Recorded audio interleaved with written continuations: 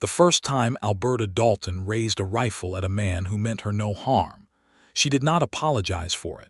And that was how Clement Alden knew she was unlike any woman he had ever encountered in all his 32 years of living.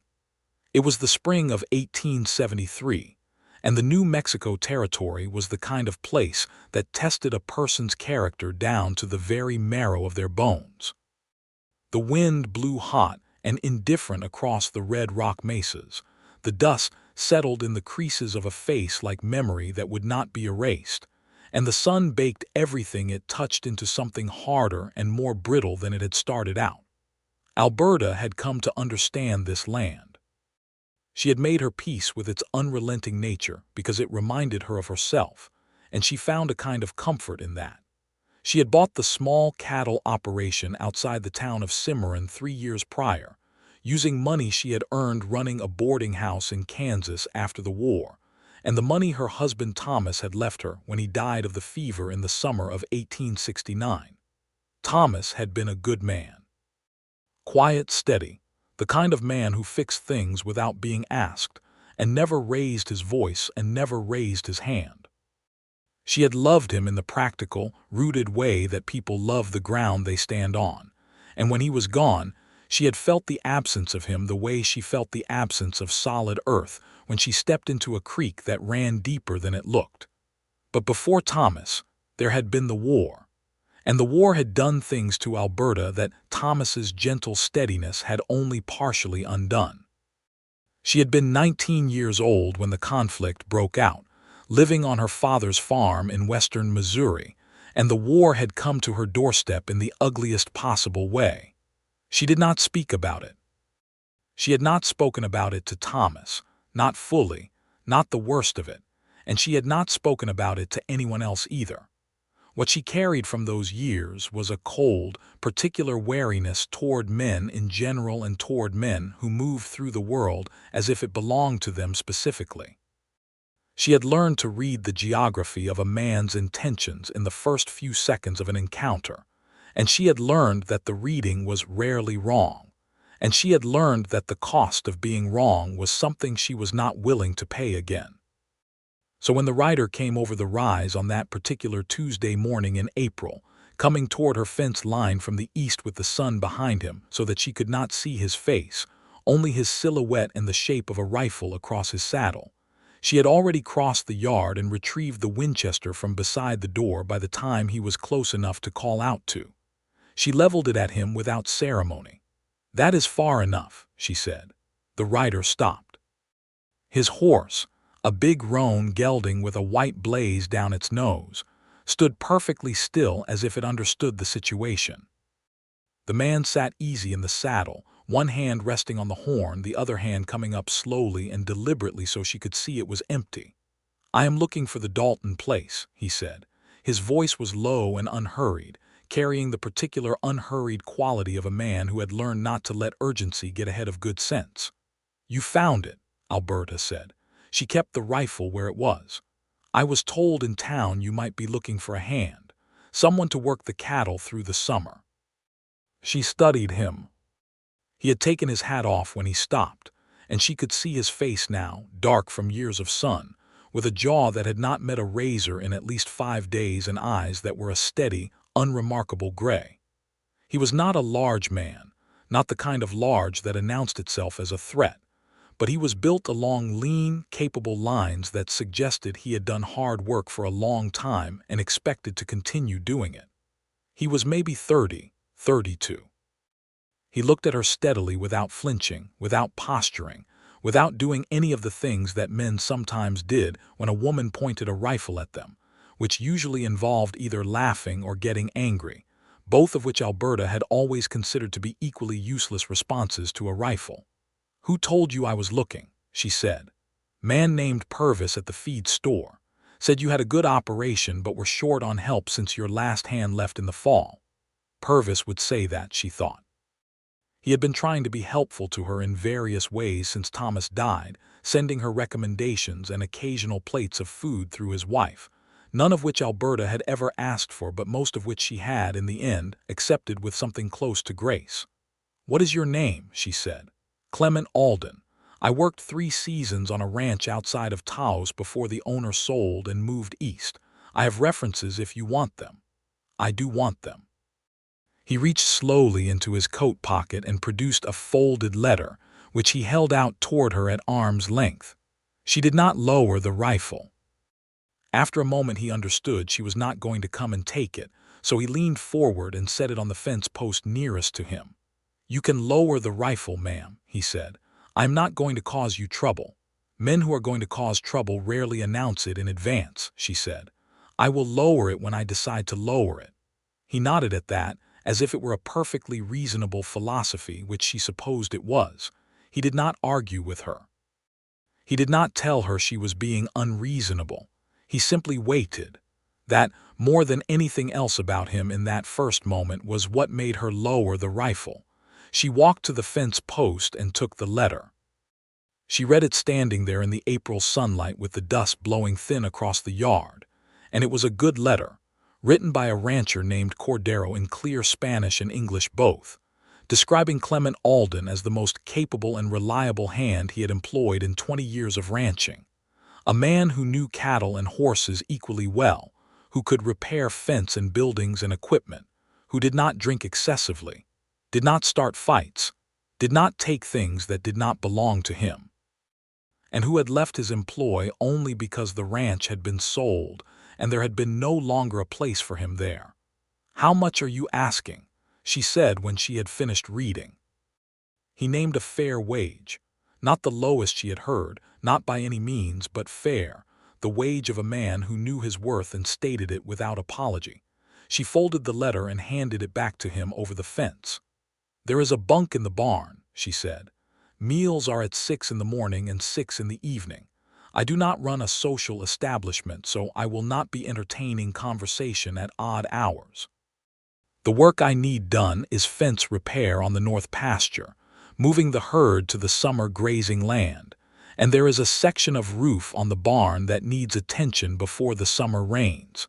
If you are here for those things, you are welcome to put your horse in the corral." "Yes, ma'am," he said. He put his horse in the corral and he moved his things into the barn bunk that afternoon, and by the next morning he was working the north fence with the quiet efficiency she had hoped for, and Alberta watched him from a distance and told herself that she was watching to make sure he did the work correctly, which was true, but was not the whole truth. The whole truth was that she watched men the way other people watched weather, with respect for the damage they could do, and with a constant, practiced attention to signs of change.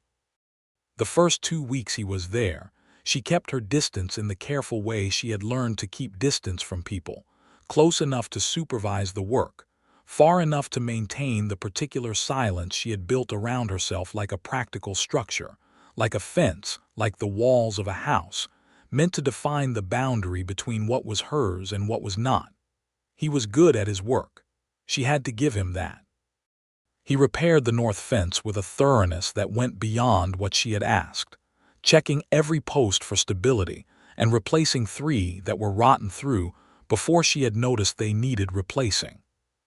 He moved through the work without complaint and without the kind of visible resentment she had sometimes seen in men who worked for women, a subtle telegraphing of the opinion that this arrangement was somehow below their dignity. If Clement Alden had any such opinion, he kept it entirely to himself, and Alberta was experienced enough to know that a man who kept his resentment invisible was nearly as dangerous as one who showed it, but something in the quality of his silence did not read as resentment. It read as something else, something she did not have a name for yet. The first real conversation they had beyond the transactional exchange of instructions and acknowledgments came on a Thursday evening in the 3rd week, when she came out to the barn to check on one of her cows that had been off her feed and found Clement already there, kneeling beside the animal with a lantern held close, examining something on the cow's foreleg. "She stepped in a hole out in the east pasture," he said without looking up. "Pulled something in the leg. Nothing broken, but she should rest it a few days. I was going to mention it at supper."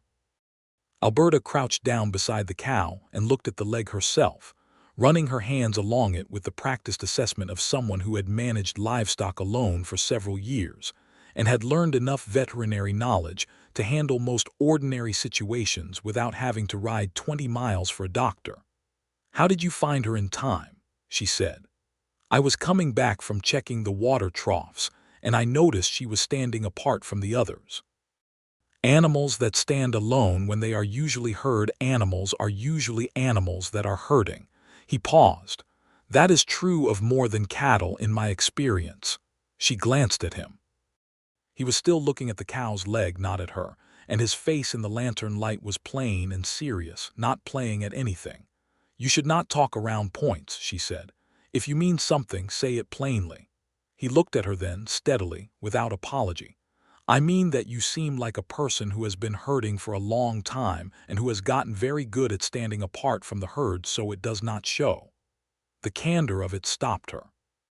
She sat for a moment with the lantern light moving between them and the cow breathing slowly, and the barn full of the ordinary smells of hay and leather and animals, and she thought about what to say, and then decided not to say anything at all for a moment. "I will manage her leg," Alberta said finally. "Thank you for finding her." "Yes, ma'am," he said, and he took his lantern and left without pushing the conversation further, and she stood in the barn for a long time after he was gone thinking about a man who could say a true thing directly and then leave without waiting for a reward for having said it. She had not met many people like that. She was not entirely sure what to do with one. The summer came in hot and fast, the way New Mexico summers always did, the heat arriving not gradually but suddenly, like a door opened into a furnace. And Alberta and Clement drove the herd up to the summer grazing land in the first week of June, a 2-day ride that required camping one night in a canyon she had used as a stopping point on previous drives. It was the first time they had spent significant hours in each other's company without the organizing structure of specific tasks, and she found herself paying attention to him in a different way, the way you paid attention to something that might turn out to be important. He was easy to be around on the trail. He did not fill silences with unnecessary talk, which she appreciated enormously. He could read the herd and the land simultaneously, which was a skill not all hands had, and he made decisions about the cattle without checking with her on every small thing, which other men sometimes did in a way she had always suspected, was less about respect for her authority and more about a kind of passive demonstration that they did not think much of it. Clement simply did the work. They camped that night in the canyon with a fire built low and practical between them. The cattle settled nearby. The sky above the canyon walls brilliant with stars in the way that New Mexico sky was brilliant with stars, which was unlike any sky she had seen anywhere else. So thick with light it seemed almost too much, almost impossible, like an excess of beauty that you could not quite believe was real. She was aware of him across the fire. Not uncomfortably, which surprised her, but with a warm, careful awareness, the way you were aware of a fire itself, of something that gave off heat without being threatening as long as proper distances were maintained. He was looking at the stars. She was looking at the fire. "Where are you from originally?" she said, because the question had been sitting with her for 3 weeks and she had decided it was reasonable to ask. He was quiet for a moment, not in the way of someone who did not want to answer, but in the way of someone who wanted to give the question a proper answer. "Ohio," he said. "Grew up on a farm outside Columbus. My father died when I was 16 and the farm went to my older brother, so I went west. That was in 1857. I have been west ever since." "Did you fight in the war?" She asked it flatly, the way she always asked it, like a fact she needed to know rather than a personal question. "Union cavalry," he said. 3 years, you?" She looked at the fire. "I was on a farm in Missouri," she said. "The war came to us." She did not elaborate and he did not ask her to. She was aware of a relief so sharp it was almost physical, the relief of a person who has braced for pressure and found none. He sat with what she had said and left it where she had put it. And after a while they spoke of other things. cattle prices and the weather and the difficulty of finding good fence wire in Cimarron since the hardware store had changed owners. And the conversation was ordinary and easy, and she found, when she rolled into her blankets later that night, that she was not afraid of him. That was the thing about Clement Alden. From the very beginning, he had not demanded anything from her. Not her history, not her gratitude, not her softness, not any of the things men sometimes seem to feel they were owed by women who were alone and therefore, in the logic of certain men, in need of the things men provided. He had simply shown up to do the work she needed done and done it well, and somewhere in the doing of it, he had become a presence in her life that she had not planned for and was not sure what to do with, and somewhere in the not doing of it he had made her feel, very slowly and very carefully, almost safe. She thought about safety at night sometimes. She thought about what it had cost her to learn the version of it she lived inside now, the walls and distances, and the rifle by the door, and the way she read every man's geography from the first second of encounter. She thought about what it would cost to let any of those things go, even a little, even just enough to let warmth in. She had not trusted a man since the war. That was a fact as solid in her as the red rock walls of the canyon she was sleeping in. She did not expect that to change. She had not been looking for it to change. July came, and with it the summer rains, and Clement repaired the barn roof in the heat of the mornings before the afternoon storms built, working steadily up there with a hammer and new shingles from town. And Alberta brought him water and watched him work, and thought that there was something about the sight of a person doing useful things well that was quietly beautiful in a way she rarely acknowledged. She caught herself watching him more than she meant to. Not with the vigilant, assessing attention of earlier months, but with something softer, something she recognized eventually and uncomfortably as admiration. She pushed it aside when she noticed it, the way you pushed aside any feeling that felt like it might get ahead of good sense, but it came back, the way feelings tend to come back when they are not addressed, a little larger each time. On a Saturday in late July, she rode into Cimarron for supplies, and at the mercantile she ran into a woman named Frances Holt, who ran the laundry and who knew everything that happened in town and its surrounding territory, with the particular comprehensive knowledge of a person whose business required everyone to come to her eventually. "I hear you have taken on that Alden man as a hand," Frances said, measuring out flour with an air of innocent focus. "I have," Alberta said. "He is a decent sort from what I hear, paid his bill at the boarding house promptly when he first came through and did not leave any damage behind, which is more than can be said for some." Frances paused in her measuring. "He asked after you specifically, you know, before he came out to the ranch. He had heard of the operation and asked questions about who ran it." Alberta was still. "What kind of questions?" "Reasonable ones. How long you had been running the place. Whether it was a going concern, whether you were a fair employer." Frances resumed measuring. "Nothing improper." He seemed genuinely interested in finding solid work rather than a situation he would have to leave in a hurry. There are men like that, you know, men who are looking for somewhere to settle rather than somewhere to pass through. Alberta paid for her supplies and rode home with that information sitting in her chest in a way she could not immediately classify. He had asked about her specifically. He had sought out this particular work on this particular ranch after making reasonable inquiries about whether it was a sound operation and whether she was a fair employer. He had not come to her accidentally. He had come with intention. She was not sure whether that made her feel better or worse. She was not sure what it meant. She only knew that it had shifted something. The knowledge of that intention had moved something in the arrangement of things inside her that she had thought was fixed in place. That evening at supper she set a plate in front of him, and then, instead of taking her usual seat at the other end of the table and eating in the companionable silence they had developed, she sat in the chair closer to him, the one she usually avoided, and he looked up from his plate with a slight expression of noticing without commenting, and she said, "Frances Holt tells me you asked about this ranch before you came out." He looked at her steadily. "I did," he said. Why specifically this one? He set down his fork. He was not the kind of man who talked while he was eating as a general rule, and the setting down of the fork was a signal that he was giving the question proper attention. I had heard it was a ranch run by a widow woman who knew what she was doing, he said. And I have worked for people who did and did not know what they were doing, and the difference is considerable. I would rather work for someone competent who happens to be a woman than for someone incompetent who happens to be a man, and there is more of the second kind than the first, in my experience. She looked at him for a moment. That is a practical reason. It is, he agreed. He picked up his fork again. It is not the only reason. She waited. He looked at the plate rather than at her, which she noticed.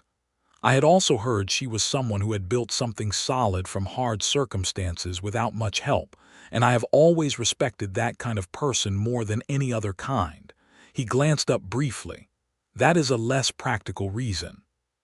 She ate her supper without responding to that, and he ate his, and the silence between them was different from the silences of earlier months, warmer, edged with something unspoken that both of them were aware of, and neither of them was quite ready to name.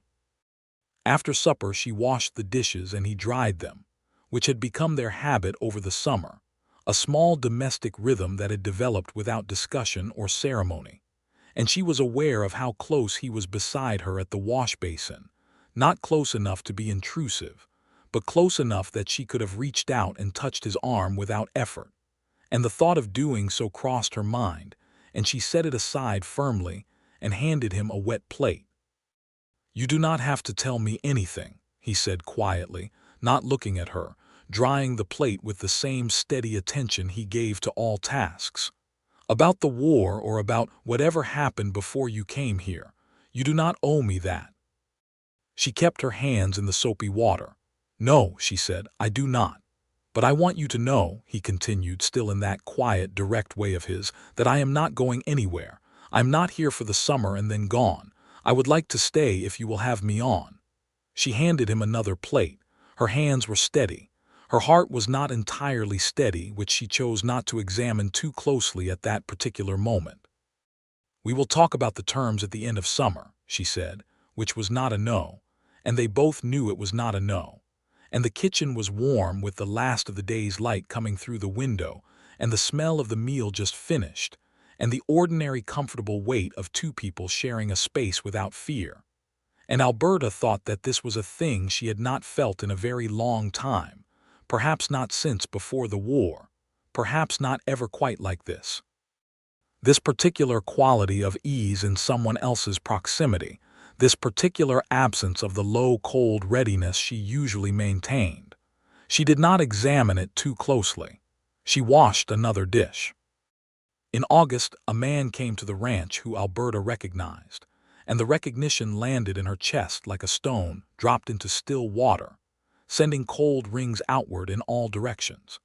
His name was Harlan Veitch, and he was the kind of man who had drifted through the territorial West for years like a piece of debris on a slow river, always finding his way into situations where there was money to be extracted, and always managing to stay just on the legal side of extracting it. She had known him briefly and unhappily in Kansas, before Thomas, and the sight of him riding through the gate with two other men she did not recognize sent her hand toward the rifle before she had consciously decided to reach for it. Clement was at the far end of the yard, working on a section of corral fence, and she saw him straighten up and look toward the riders with the quiet alertness of a man who had lived long enough in the West to read an approach correctly. Veitch pulled up in the yard and smiled the particular smile she remembered, wide and oiled and entirely without warmth. "Alberta Dalton," he said, "still got the rifle. Good to see some things do not change." "What do you want, Harlan?" she said. The rifle was not raised, but it was in her hands. "Just passing through," he said. "Thought I would pay a neighborly call. Heard you had a nice little operation out here." He looked around the yard with the assessing look of a man pricing things. "Heard you might be interested in selling." "You heard wrong," she said. "Now let us not be hasty. A woman alone running cattle in this territory, it is hard work. I could offer you a fair price. You could go somewhere easier." She said no, Clement said.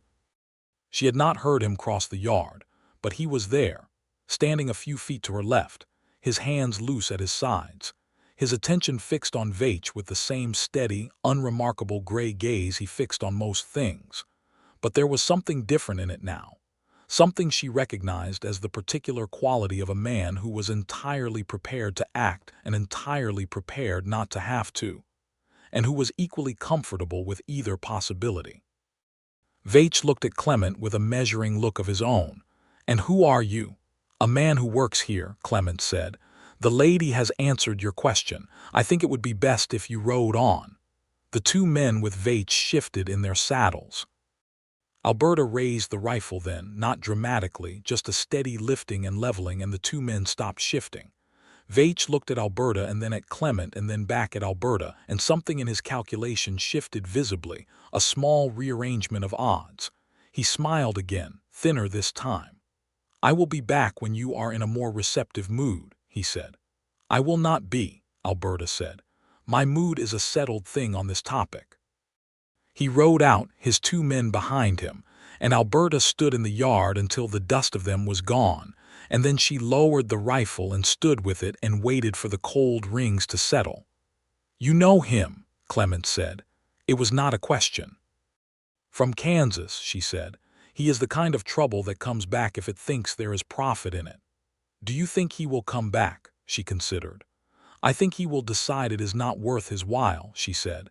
"He is not brave, only opportunistic, and opportunities cost him nothing when the numbers favor him and everything when they do not." She looked at Clement. "Thank you for coming over." "Yes, ma'am," he said, and went back to the fence, and she stood there for a moment longer watching him go and feeling the particular awareness that comes from seeing someone act well in a moment that tests for it. Vaich did not come back. She had read him correctly.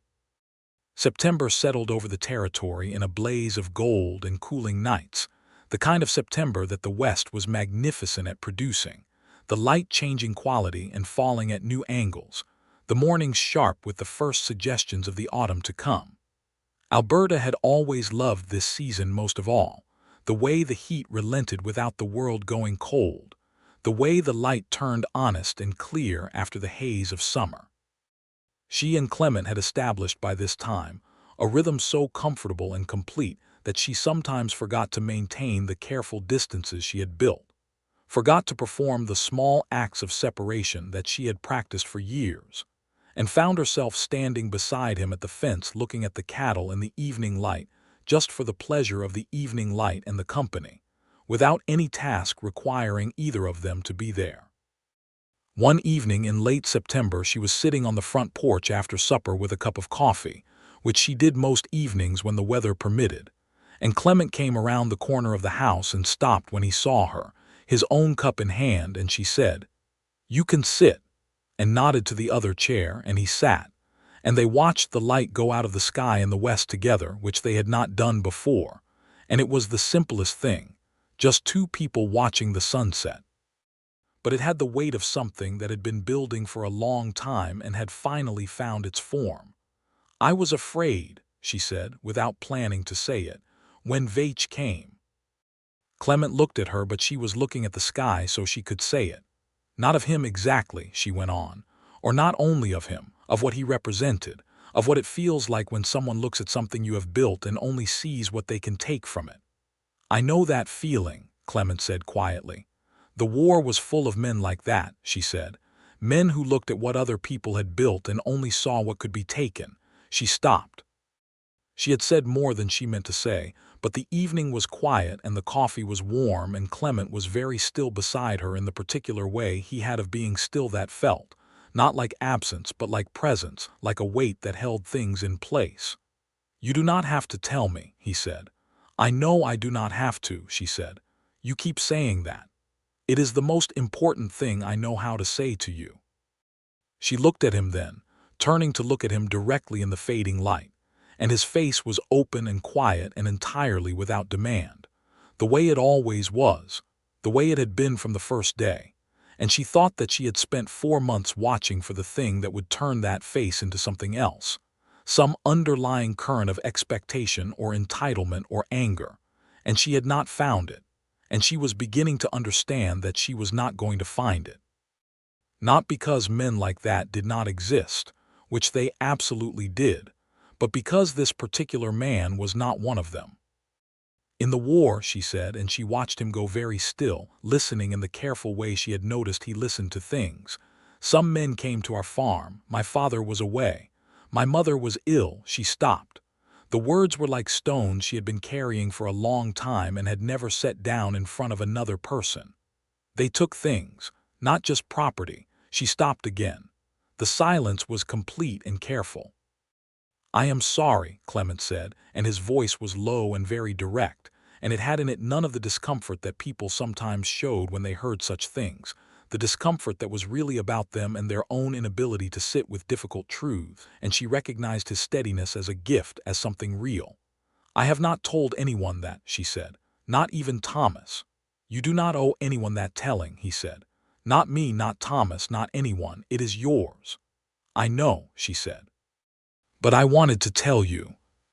The sky was deep purple now at the edges and soft dark blue overhead, and one star had come out, a single brilliant point, and Alberta sat with the emptiness of having finally set down something she had carried for a very long time. And it was not a weightlessness exactly, but it was a relief, the way it is a relief to finally name a thing, to take it out of the darkness and put it in the light and find that it does not have quite the same power there. "You are the most self-sufficient person I have ever met," Clement said after a while, "and I mean that as the highest kind of respect. You built this place yourself. You have run it yourself. You have managed every problem yourself." He paused. "I would like to be someone you could let help you, not because you need it, because it would be good for both of us." She looked at the star. "You already help me," she said. "I help with cattle and fences and roofs," he said. "That is not what I mean." She knew what he meant. She had known for several weeks what he meant and had chosen not to look at it directly, the way you do not look at bright things directly because of what they do to your vision. She looked at it now. "I am not an easy person," she said. "I noticed," he said, and there was the edge of something warm in it, something almost like amusement, which was so unexpected that she made a sound she realized after a moment was a short, surprised laugh. A laugh she had not heard from herself in a very long time, small and rusty with disuse. He smiled. She had not seen him smile fully before, had seen the edge of it a few times, but not the full thing, and it changed his face entirely, opened it up, made it younger, made it into the face of someone who had been waiting very patiently for something worth smiling at. "You are not easy either," she said. "No," he agreed. "I suppose I am not." They sat on the porch as the stars came out one by one and the night settled in warm and cool by turns, and the ranch was quiet around them, and Alberta thought about what it meant to trust something, to take a thing that you had held tightly for a long time and open your hand and let it rest in the open air, exposed and uncertain and possibly, finally, worth the risk. She did not consciously decide to trust him. It was not a decision in the ordinary sense, not something she deliberated and concluded. It was more like the way the light changed in the evening, gradually and then completely, until suddenly you realized the quality of things was entirely different from what it had been an hour before, and you were in a new kind of darkness, but a darkness full of stars. He came to the porch every evening after that. They talked about small things and large things equally, about cattle and weather and the territory, and about Ohio and Missouri, and about what had brought each of them west and what kept them here. She learned that he had been engaged once, years ago before the war, to a woman in Columbus who had decided not to wait for him through 3 years of war and had married a banker in his absence, which he said without bitterness but with a rueful honesty that she appreciated. "Did that break your heart?" she asked him one evening. He considered it seriously, as he considered most things. "I was hurt," he said. "But I think what hurt most was the realization that I had been building something in my head that was not entirely real. I had an idea of her more than a full understanding of her, and she had an idea of me." When the real thing was tested, neither of us held up quite the way the idea had. That is an honest answer, Alberta said. I try to be honest, he said. It saves time. She laughed again. It was easier now, that laugh coming with less rust than before. In October, he asked her to ride with him into town on a Saturday, not for supplies, just to ride, and she said yes, which surprised them both with its readiness. They rode the 20 miles in the golden October light, side by side on the road, and the conversation came and went like the wind, easy and unforced, and she was aware that she was happy, which was also something she had not noticed about herself in a long time, and the noticing of it was so large it almost hurt. They ate at the hotel dining room in Cimarron, which was the best restaurant in the territory if you did not count Santa Fe, and Alberta wore her good dress, which she had not worn since the previous winter when she had attended the Christmas service at the church in town, and Clement wore a clean shirt and had shaved, which she noticed, and which made her stomach do something she was no longer going to pretend it had not been doing for some time.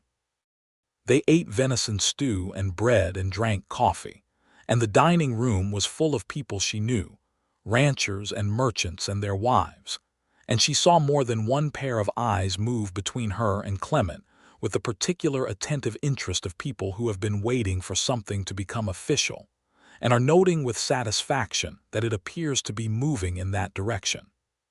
Frances Holt, who ate every Saturday at the hotel with her husband, caught Alberta's eye across the room and smiled with such undisguised delight that Alberta looked quickly away and then caught Clement's eye, and he had seen it too, and there was a shared warmth between them at Frances's transparency that felt like a small, perfect thing. Walking back to the horses in the cold October evening, her breath making small clouds in the air, he said, "Alberta," and the way he said her name was different from how he usually said it, had a weight to it that she had been waiting for without knowing she was waiting for it, and she stopped and turned, and he was very close, and his face in the lamplight from the street was the most familiar face she had seen in years. Familiar in the way of something you have been looking at long enough that it has become part of the landscape of your understanding of the world. "I would like to court you properly," he said, "if you are willing." She looked at him for a long moment. "I am not a simple undertaking," she said. "I did not ask for simple," he said. "I asked for you." She was quiet. The street was quiet around them, a cold wind coming down off the mountains that smelled of coming snow. She thought about the war and what it had taken, and she thought about Thomas and the good quiet love she had had with him, and she thought about the last 4 months of watching a man move through the world with steadiness and honesty, and a particular quality of care that had gotten past every wall she had built before she had entirely noticed it was happening. She had not trusted a man since the war. She had not planned to trust another one. She had not been looking for it, had not been trying for it, had not wanted it, and then here was this man who had never asked her to trust him, who had never asked her for anything except the chance to do his work, and she had trusted him anyway, had trusted him the way you trusted the ground, not with ceremony or declaration, but with the simple, constant weight of your daily life. "All right," she said, which was not a romantic declaration, but it was true, and Clement Alden smiled the full smile she had come to understand was the rarest and best thing he had to offer, and he offered it to her fully and without reservation in the lamplight on that cold October street in Cimarron, New Mexico territory. The winter of 1873 was hard, as winters in the territory tended to be, cold coming in sharp from the north, and the snow falling in ways that made ordinary tasks into significant undertakings. But Alberta found herself not minding it the way she usually minded it. The ranch felt different. She felt different in it, which she could not entirely explain but did not need to. Clement had a particular quality of presence in the cold months that she had not anticipated, which was warmth, not the forced warmth of a man performing comfort, but the genuine warmth of a person who attended to the needs of those around him, the way he attended to practical problems, with competence and without making a production of it. The fire in the kitchen was always going by the time she came down in the mornings. The horses were always watered and fed before she went out to check them. Small considerate acts, unremarked upon, simply done. She started remarking on them. Not effusively, but she started saying, "Thank you for the fire. And I noticed you fixed the hinge on the barn door." And the responses she got were always brief and genuine. A nod, an acknowledgement, and once in November when she said, "You are good to this place," he said, "I am good to it because I care about it. And about you." And then continued eating his breakfast as if he had said something entirely ordinary, which somehow made it more rather than less, made it real in the way of things that do not need ceremony to be true. She let him hold her hand for the first time in November, walking back from the barn in the early evening dark, the snow on the ground making the world pale and luminous and strange. And she had slipped on a patch of ice and caught his arm, and then, when she had her footing back, did not let go of the arm, and he did not make any indication that this was remarkable, only wrapped his hand over hers where it rested in the crook of his elbow, and they walked back to the house that way. She let him kiss her for the first time in December, on the evening of the longest night of the year, standing in the kitchen after supper, and she had been the one to cross the small distance between them, which she did deliberately, because she had not become a person who waited for things to happen to her, and he received it with an utter gentleness that made the thing inside her that had been braced for 33 years finally, fully, let go. She cried a little, which embarrassed her, and he did not say anything about it, only put his arms around her and held her in the kitchen light and let her cry without asking what she was crying about or trying to fix it. And eventually the crying stopped, and she stepped back and looked at him with her face probably a considerable mess and said, "I am sorry." And he said, "Do not apologize to me for feeling things." And she thought that might have been the most important thing anyone had ever said to her. Christmas in Cimarron was a community affair, and for the first time in the years she had been there, Alberta attended the Christmas gathering at the church and then the dinner at the hotel with someone beside her, with Clement, who was steady and easy in company in the way he was steady and easy in everything.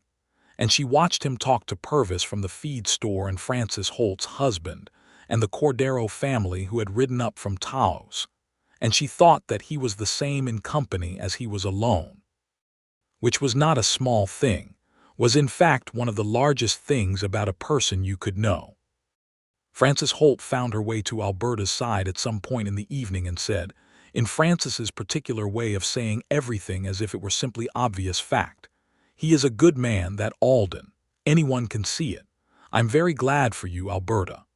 Alberta looked across the room at Clement, who was listening to something old Mr. Sandoval was telling him with the same quality of full attention he brought to everything, and she said, "So am I, Francis. So am I." The new year came in cold and clear, 1874, arriving with a sky so blue it looked artificial above the snow-covered mesa, and with the new year came a particular conversation that Alberta had known was coming and had been thinking about. She asked him one morning in January, directly, as she asked most things, "What do you want? For your life? Not just for the work here, but for your life." He was at the table with his coffee, and he looked at her over it with the serious, steady look that she had come to know as the way he looked at things that deserved serious attention. "You already know the answer to that," he said. "I want to hear you say it." "I want to stay here," he said. "I want to be here as more than a hand. I want to build something with you. I want to marry you, Alberta, if you will have me, and I will not pretend that I have not wanted that for longer than I have said it." She sat down across from him. "I have not been able to think about marriage without fear for a long time," she said. "Even with Thomas, who was kind, even then I was afraid." "I know," he said. "I am still afraid," she said. "I know that too." She looked at her coffee. "But I am more afraid of wasting the rest of my life maintaining walls against things that are not going to hurt me." She looked at him. "I want to marry you, Clement." He put his hand on the table, palm up, and she looked at it for a moment, the open, offering gesture of it, and then she put her hand in his. "I should do this properly," he said. "I should get down on a knee. "Sit where you are," she said. "I do not need theater, I need truth, and you have given me that from the beginning." He closed his hand around hers. "Then yes," he said, "if you are saying yes." "I am saying yes," she said. They were married in February of 1874, at the courthouse in Cimarron, because Alberta had not wanted a church ceremony, had wanted something simple and true, and witnessed only by Frances Holt and her husband James as witnesses. And the judge who performed the ceremony was a man named Arellano, who had known Alberta for 3 years, and who shook Clement's hand afterward with a genuine warmth that suggested he approved of the proceedings entirely. Frances wept, which surprised no one, and James Holt, a taciturn man who rarely expressed much of anything in public, shook Clement's hand and said, "You are a fortunate man." And Clement said, "I am entirely aware of that." And the simplicity of the ceremony was everything Alberta had wanted it to be, true and clear and unornamented with false feeling. That evening, back at the ranch, she stood in the kitchen of the house she had built from hard work and solitary determination, and she thought about all the years of standing alone in this kitchen, and she thought about the war and what it had taken, and she thought about Thomas, who had been good and was gone, and she thought about the woman she had been when she first bought this place, armored and self-contained, and absolutely certain that she was done with the kind of vulnerability that love required. Clement came up behind her and put his arms around her, and she leaned back into him with a trust so complete and so unself-conscious that it astonished her. The ease of it, the absolute naturalness of leaning back into a person you had decided was safe, and more than safe, was good, was the best company she had ever had. "How does it feel?" he said quietly. "Strange," she said. "Good strange. The kind of strange that is just being in a new place that you are going to learn is home." "This has been home for me since April," he said. She turned in his arms and looked up at him. This man she had raised a rifle at on a Tuesday morning, and who had not flinched, and who had come and done his work and stayed and been steady and asked nothing of her, and given her everything. And she thought that love was a surprising and inconvenient and entirely wonderful thing, and that she was very glad she had not been quite so well defended as she had imagined. The spring of 1874 brought a new foreman they had hired, a young Mexican man named Rafael Montes, who was 20 years old and already more capable with cattle than men twice his age, and who had come to the ranch through a recommendation from the Cordero family. And with Rafael's help, the operation grew in ways Alberta had been wanting to grow it for years, but had not had the hands to attempt. She and Clement worked side by side through the spring and summer, and the partnership between them, which had always had a quality of rightness to it, had deepened into something that surprised her with its completeness. He knew her mind on most things before she said it. She knew his. They argued sometimes, directly and honestly, about ranch decisions and other things, and the arguments were the good kind, the kind that ended in better decisions than either of them would have reached alone, the kind that came from two people who respected each other's intelligence enough to push back. She discovered she loved arguing with him. She discovered she loved him, fully and without the cold ring of fear that love had always carried before, loved him with the whole of herself in the way she had not known she was still capable of doing. In October of 1874, she told him she was expecting a child. She said it in the morning before breakfast, sitting at the kitchen table, watching his face for the response, which she told herself she was not nervous about, but which she was, in fact, quite nervous about, because this was new territory even for the new person she was becoming. His face did not perform its response. It simply had it, a transformation that moved through it like light, full and immediate and entirely unconcealed, and he came around the table and held her, and said her name in the particular way. He said her name when it meant more than just her name, and she pressed her face against his shoulder, and was happy in the complete way of a person who has stopped waiting for the thing that will ruin the happiness. Their son was born in the spring of 1875, in April, almost exactly 2 years after Clement had ridden over that rise with the sun behind him, and she had met him with a rifle. He was born at the ranch with the help of the midwife from Cimarron, a capable woman named Dolores, and it was a long and difficult labor that Alberta endured with the same unrelenting determination she brought to everything difficult. And at the end of it, she was exhausted in a way she had not known the word could mean, and the baby was placed in her arms and she looked at his face, which was red and creased and perfect. And she felt something open in her chest that had been closed for so long she had forgotten it was a door.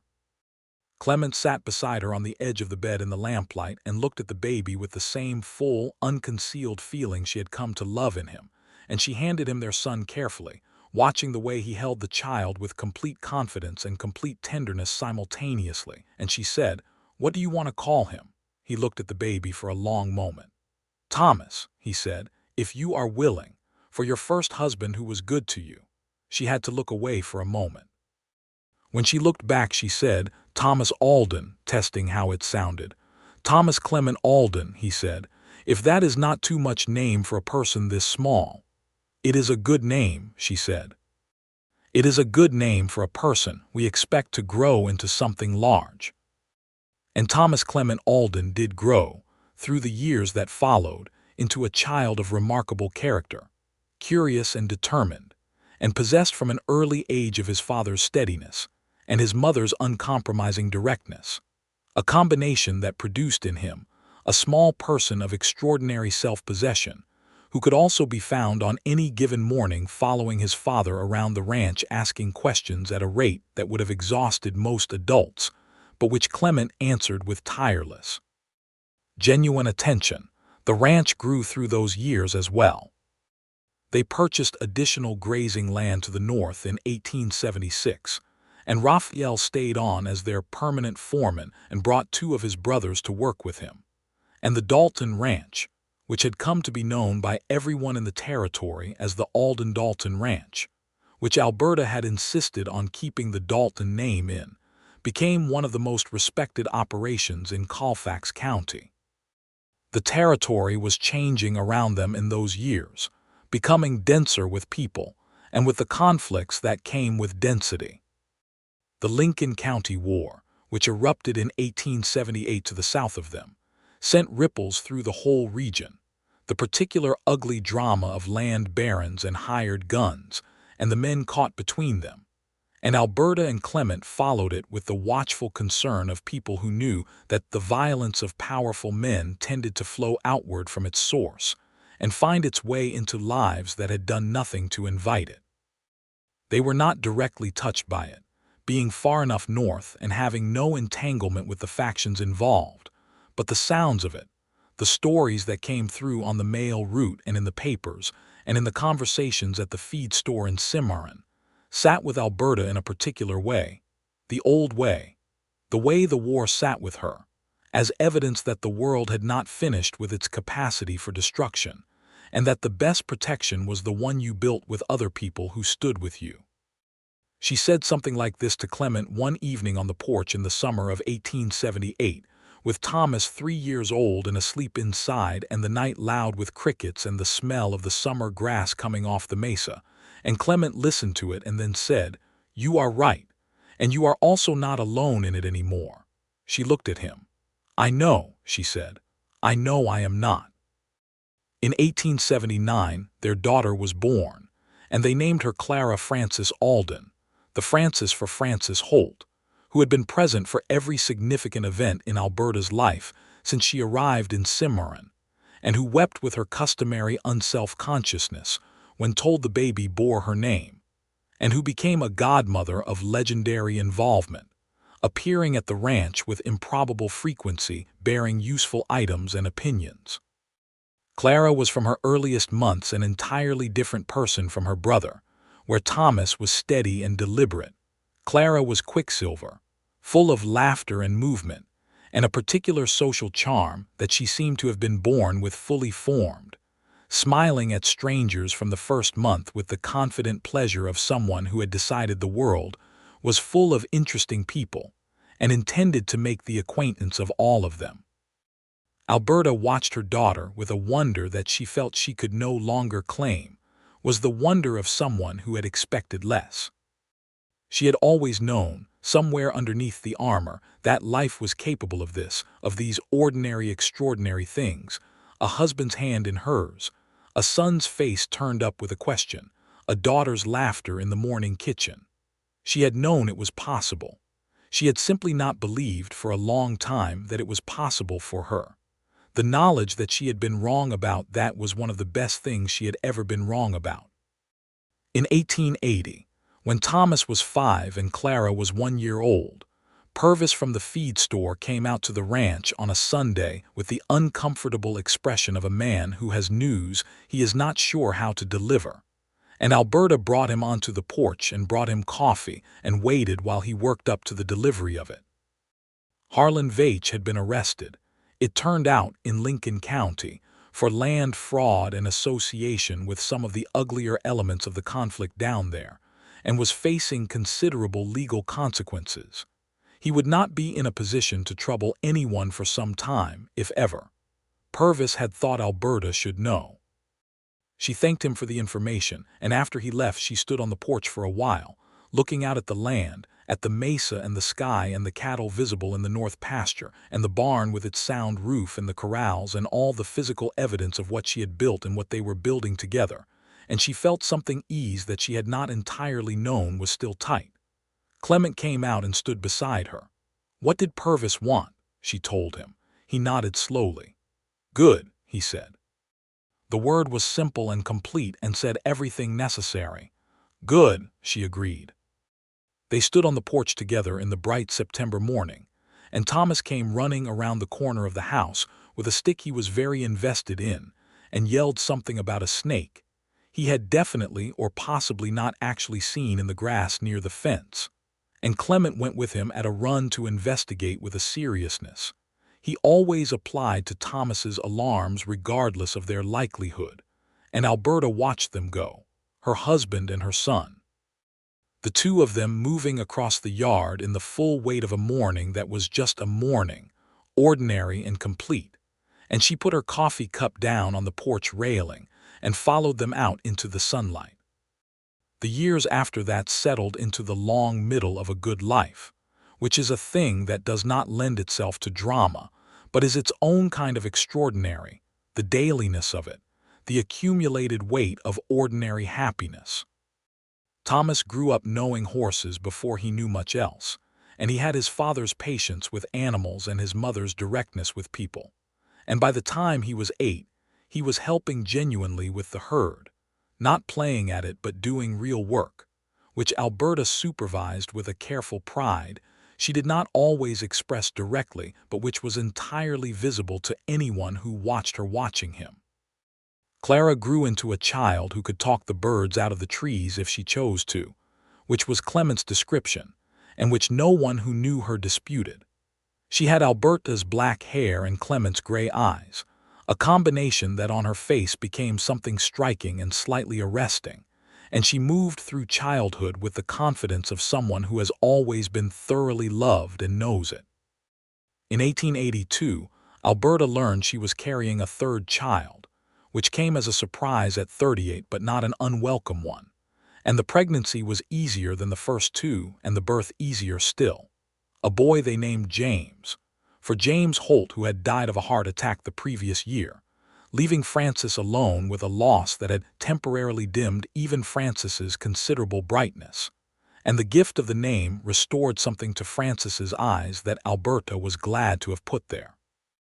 James was the most like Clement of the 3 children, quiet and observant from his earliest days, with a quality of paying attention that made people feel, when he was focused on them, that they were the most interesting thing in the room. Alberta watched him and thought about the continuity of character, how certain qualities propagate themselves forward through time, how a person's best things become other people's best things. By the mid-1880s, the territory was filling in with people and laws, and the slow machinery of civilization that followed the raw frontier years, and the violence that had defined the earlier decades, was settling into something less immediately physical and more institutional, which had its own problems but was, on balance, better than the alternative. The injustices did not disappear, of course. The Navajo and Apache peoples whose land this had been were living within circumstances that Alberta found deeply troubling and said so when the topic arose, which it did arise, in conversations at the church and at community meetings, where the opinions on the matter varied, and where Alberta's directness on the subject of what had been taken from the indigenous peoples of the territory was not always welcome, but was always honest. Clement shared her view and had the additional directness of someone who had grown up in Ohio and then come west and seen what had been done with clear eyes, unclouded by the rationalizations of those who had built their prosperity directly on those injustices. They were not powerful enough to change what had been done, but they could say clearly what they believed, and they did. Their operation employed men of different backgrounds over the years: Mexican ranchers, Anglo cowboys, a Navajo man named Chi who worked for them for several years, and who became a genuine friend of the family, and who taught Thomas and Clara, and eventually little James, things about horses and land that they would carry for the rest of their lives. And Alberta thought that this, too, was a kind of building, the kind that happened in the daily choosing of how to live. In the spring of 1887, on the occasion of their 13th wedding anniversary, Clement built Alberta something she had mentioned once, in passing, 4 years earlier, which was a proper window seat in the front room that looked out toward the mesa, a place to sit in the morning light with coffee and a book, or just with the light itself. He had been planning it, she discovered, since she had mentioned it, had been collecting the right wood and the right materials slowly and waiting for a time when he could do it right, and he built it over 3 days while she was visiting Frances in town with Clara, and when she came home and saw it she stood in the doorway of the front room for a long time without saying anything. "You mentioned it once," he said from behind her. "Once, 4 years ago," she said. "I wrote it down," he said simply. She turned around and looked at him. This man she had been married to for 13 years, who had fed her fire before she came down every morning for 13 years, and who had never said a condescending word to her in all that time, and who had argued with her honestly and laughed with her genuinely, and held her through the difficult nights when the war came back in the dark the way it sometimes still did, and who had made her feel, from the very beginning, like a person worthy of exactly the care and patience and respect that she had always deserved, and had for so long not received. She crossed the room and kissed him, which she did often and without ceremony after 13 years, but which still carried, every time, something of the warmth of that first time in the kitchen on the longest night of the year, and he held her in the way he had always held her, like something he valued completely. And the afternoon light came through the new window and lay across the window seat in a long golden bar, and the house smelled of coffee and sawdust and the ordinary beloved smells of their life. Thomas was 12 that spring and had a young man's first serious interest in a girl, the daughter of a ranching family in the next valley, which he was trying very hard to be subtle about, and which he was not remotely succeeding at being subtle about. And Alberta and Clement had several extremely difficult conversations on their porch at night, trying not to laugh about it out loud where he could hear, which they mostly succeeded at.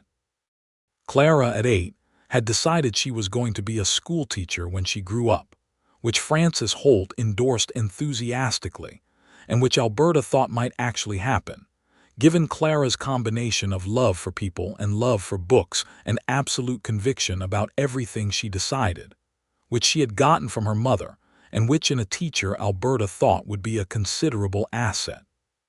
James, at 5, was at the age of collecting everything, rocks and feathers and interesting sticks, and once a live frog he had brought into the kitchen in his coat pocket, which had occasioned a response from Alberta that was considerably less composed than her usual manner, and which had delighted Clement and Thomas and Clara equally. The life was full and real and good. It was the kind of life that Alberta had built from work and will, and a fundamental refusal to let what had been taken from her define the total of what she was or what she could have. And it was also, in ways she had not fully planned for, the kind of life that had come to her through trusting a man she had not planned to trust, through opening a hand she had learned to keep closed, through letting something in that she had spent years keeping out. She thought about this sometimes, about the mechanism of it, about the particular way it had happened, not through effort or decision, but through the patient, consistent evidence of a person who did not demand anything, who did not require her to perform trust or demonstrate it or explain it, who had simply been what he was for long enough that her own nature, her fundamental intelligence and honesty, had recognized what was in front of her. She had not trusted a man since the war. That had been true for a very long time. It had been made true by things that were real and terrible and deserved to be reckoned with, and she had reckoned with them in the only way she knew how, which was to build a self-sufficient and well-defended life. And she did not regret any of it, not the walls or the rifle by the door or the careful reading of every man's geography from the first second, because all of it had kept her safe and whole through years when she had needed to be kept safe and whole. And then this man had come over a rise on a Tuesday morning and had not asked her to trust him, had never asked her to trust him, had never asked her for anything she was not prepared to give, and she had trusted him anyway, had trusted him with her hands and her work and her history and her heart and her children, and it had been the best thing she had done.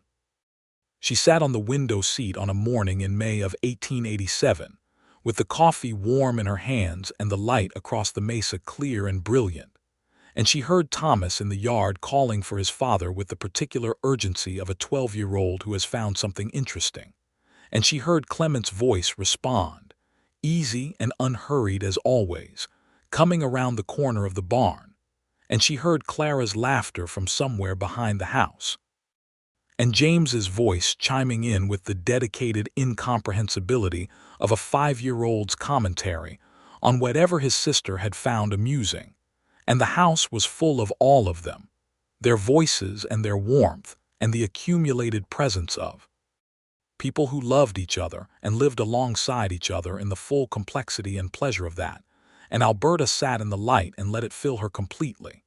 She had been afraid for a long time. She had been defended and careful and right to be both of those things, and she had carried the weight of what had been done to her with more grace and more determination than anyone who had not been there would fully understand. She had not needed saving. She had never needed saving. She had built this life herself, piece by piece, from the ground up, with her own hands and her own will and her own unrelenting refusal to become smaller than she was. What she had needed, what she had not known she was still capable of wanting, was a partner, an equal. Someone who did not need her to be less than she was, but who had the quality of presence and goodness that called out of her, very slowly and on her own terms, the part of herself she had locked away, the part that could lean back into another person, the part that could cry in a kitchen and not apologize for it, the part that had always known that love was possible and had simply been waiting with extraordinary patience for evidence that it was safe. Clement came in through the front door with Thomas behind him, both of them with the outdoors still on them, smelling of horses and grass and the particular alive smell of morning air in New Mexico. And Clement looked across the room at her on the window seat, and his face did the thing it always did. The small internal brightening that she had come to understand was her, that she was the thing that did that to his face, and she thought that this was a remarkable thing to know about yourself. That you were the thing that lit up someone else's face without trying, simply by being present, simply by being yourself. "Good morning," he said. "Good morning," she said. He came and sat beside her on the window seat, and she shifted to make room and leaned against him, and he put his arm around her in the easy, habitual way of a man who had been doing it for years and intended to keep doing it. And Thomas appeared in the doorway saying something about a calf in the east pasture that needed attention, and from outside Clara's voice carried the sharp, specific quality of someone who had just made a discovery. And James appeared behind Thomas in the doorway with something cupped in his small hands that he wanted his mother to see, which turned out to be a monarch butterfly resting on his palms with its wings slowly opening and closing. "Look, Mama," he said, with the total seriousness of a 5-year-old presenting something of great importance. Alberta looked at the butterfly, its wings the color of fire and evening and everything that was brilliant and temporary and precious, and she said, "That is beautiful, James." "I am not going to keep it," he said solemnly.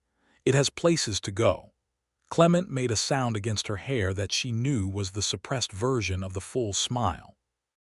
James took his butterfly back out through the door, and a moment later she heard him in the yard saying goodbye to it with the sincere ceremony of a child who understood, somehow, the proper way to release beautiful things.